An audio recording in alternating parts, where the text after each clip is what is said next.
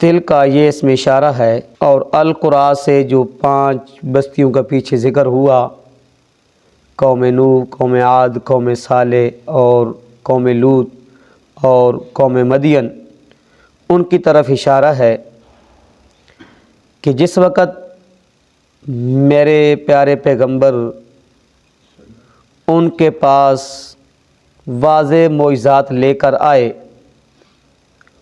اور ان کو دکھائے معجزات کہ وہ ایمان لے آئیں، لیکن وہ ان کے اوپر ایمان نہیں لے کر آئے، جھٹلا دیا اور اس کو مانا نہیں ہے۔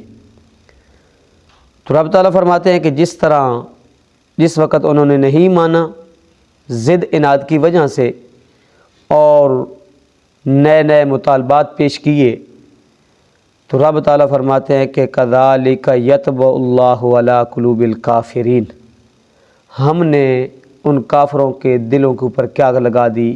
مہر لگا دی۔ وجہ کیا بنی تھی؟